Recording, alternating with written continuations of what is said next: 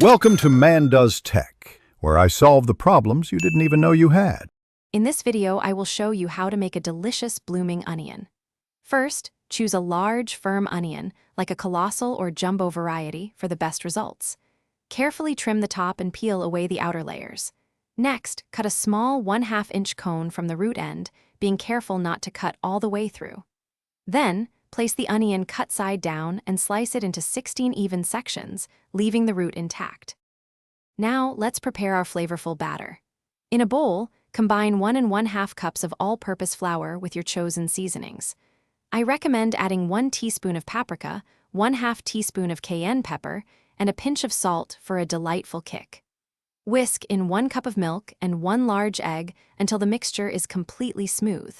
This batter should be thick enough to generously coat every petal of your onion. With your onion prepped and batter ready, it's time for breading and frying.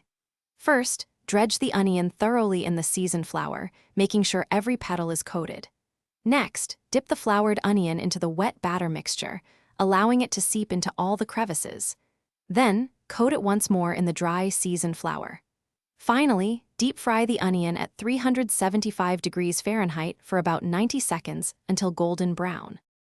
To achieve that perfect golden crisp, flip the onion and continue frying for another 5 to 7 minutes. Once it's beautifully golden brown and crispy, carefully remove it from the oil. Place the blooming onion on a wire rack or paper towels to drain any excess oil. Serve it immediately with your favorite dipping sauce.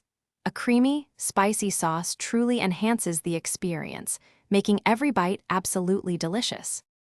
Thanks for watching. If you found this helpful, don't forget to like and subscribe.